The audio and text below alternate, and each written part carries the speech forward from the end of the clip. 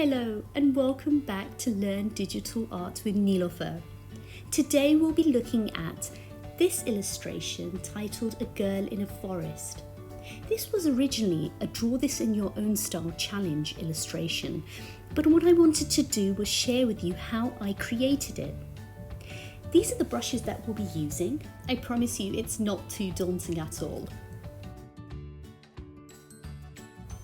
Okay, let's begin. We're using the studio pen here to create that outline of the face. It's a very rough sketch that I tend to use in the beginning when I'm trying to recreate the face from a different angle. Here we've got a slight profile image. So we're going to be exposing one part of the ear too. Just going to be filling it in now. And I tend to go for dark colours first of all, so I can begin using lighter colours to shade with in it.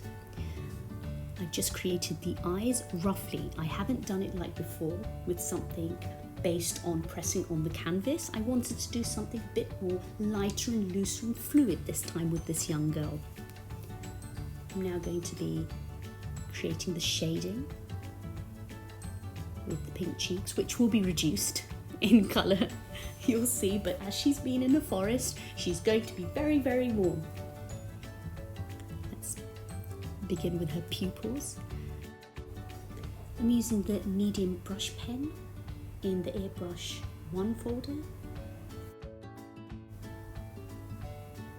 Let's add some white to her eyes using the studio pen again.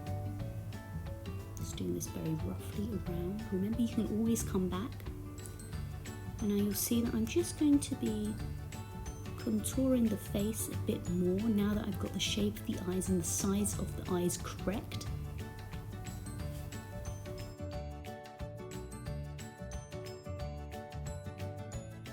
Now let's add some eyebrows using the ink bleed pen. And you'll notice that however you shape your eyebrows, it really influences the expression on the face of our character. Once that's done, I'm going to clean up our eyes because we've got a couple of loose lines around there, and what I've done is gone into the eraser pen and then picked again a brush, which is a studio pen, and gone around my eye. We're going to revert back to the normal brushes, and what I wish to do is focus on the eyes now. We'll now continue using the studio pen, but we're going to be reducing the opacity and introducing a few lighter colours. I've created a very light oval or half moon shape in the pupil, and then I've made the top half of that pupil darker, and then on the left hand side of the pupil I've gone for a lighter colour and just created two separate shapes, like two lines. This is going to give more definition to the eyes.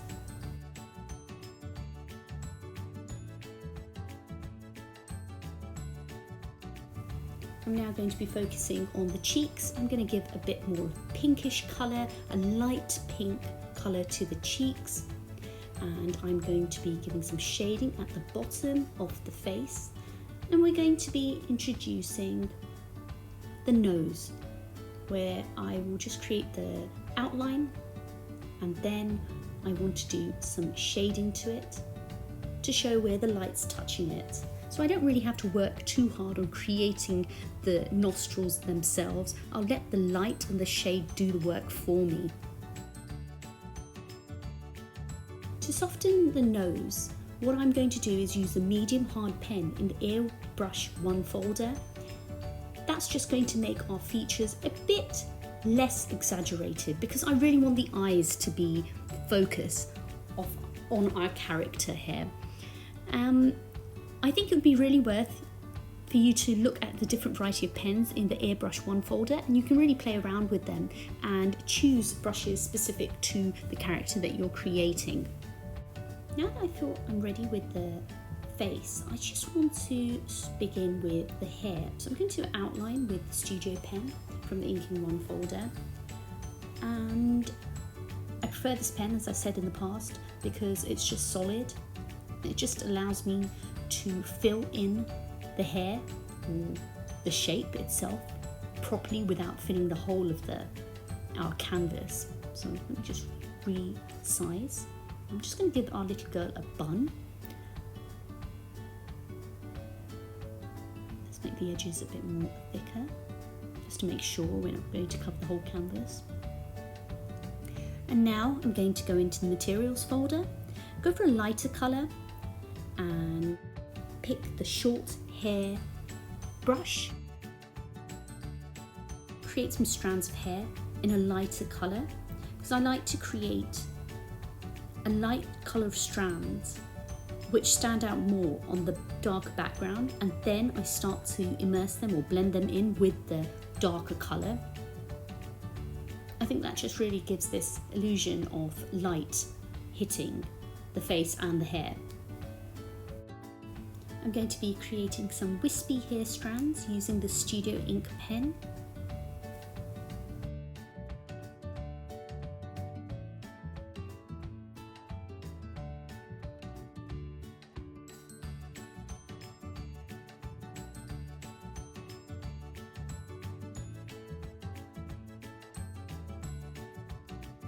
I'm going back to the short hair brush and I'm going to choose a lighter brown colour. This will be the third colour addition to the hair. I want to introduce to you the transform button, which is the arrow on the left hand side, the top. And what I've done is I'm just going to be clicking into it and reducing or adjusting the size of the face of our little girl. At this point, if you wish to create more definition in her hair, you are more than welcome to do that using either the Studio pen or the short hair pen.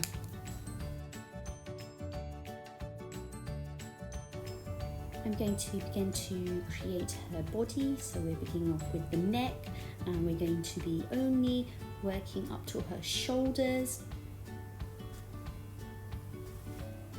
And once that's filled in, I'm going to introduce her clothing, which will be a nice red vest.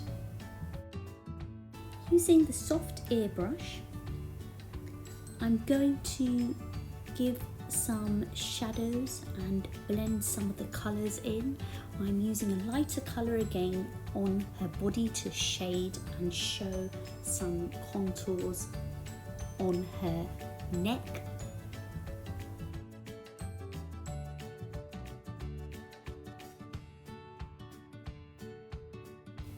Let's use the Studio pen, increase the brush nib from the top left hand corner on the side of the screen, and let's create that vest.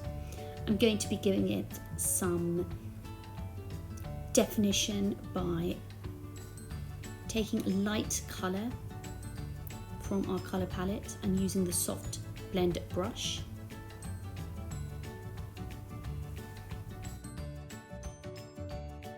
Now that I'm satisfied with the character I've created, I want to create a colour for the background, and because our little girl is in the forest, I want to go for a dark green colour.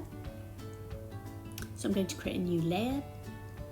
And now let's begin to create the images at the back. So I'm going to use a Studio pen to create these very large palm leaves.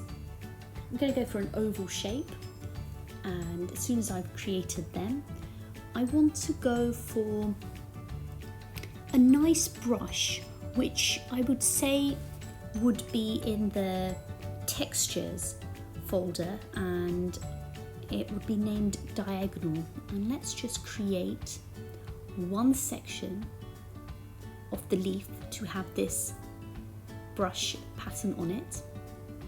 I want to divide our leaves into 3 sections, so there'll be 3 different types of textures on it. And then I'm going to use the decimals brush from the same textures folder. And remember, you can use any brushes from the textures folder if you wish. And my final brush, I believe will be Rosette. That's giving me much more finer dots.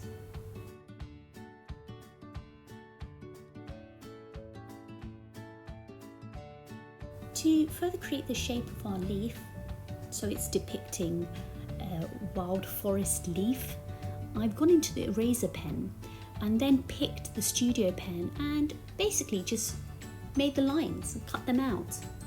Now let's go on and create another shape or pattern, this time orange flowers. This will be created with our studio pen.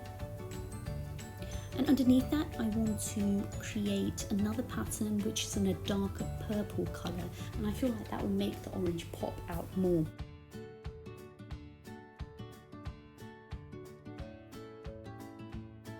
I want to also introduce some patterns onto our purple shape. This time I'm going to be dividing the shape into two different types. So I'm going to go for the vintage folder, and I'm going to pick the newsprint brush, and then I'm going to use the disco brush.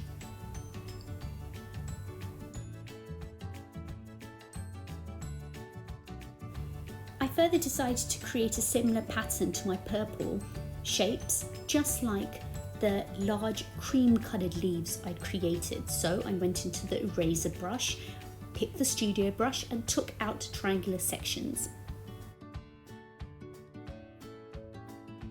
Now for my orange flowers, I don't wish to put any textures in it.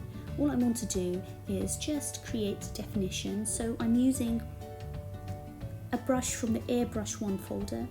Here I've used the soft blend brush, and I'm just going to create 3 lines in between and reduce them slightly by blending them into the orange.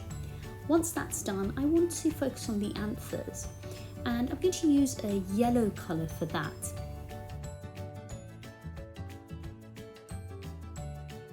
And the studio pen allows me to create these wobbly lines to depict these anthers, which will have little baubles or little round dots on them. Once I'm happy with the shapes I created at the back, I'm going to go into the materials folder and into the Ferno brush. I quite like the Ferno brush because you can reduce or increase the opacity, and what you're getting is a pattern which would be similar to, let's say, if you were creating an animal like a leopard and you wanted not to physically go in and create all the little dots yourself. So really this brush, Ferno, is a nod to the animals that you would find in the wild, and how I've decided to make this brush even more interesting is to introduce different colours, like a yellow, a light yellow, a little dark yellow, and a bit of pinkishness, which ties in with our young lady. Finally, I'm going to be using the Dontre Castro brush to finish off this illustration. Thank you so much for staying with me, and I hope you've also created a wonderful little girl in the forest. Thank you, and I'll see you soon. Bye bye.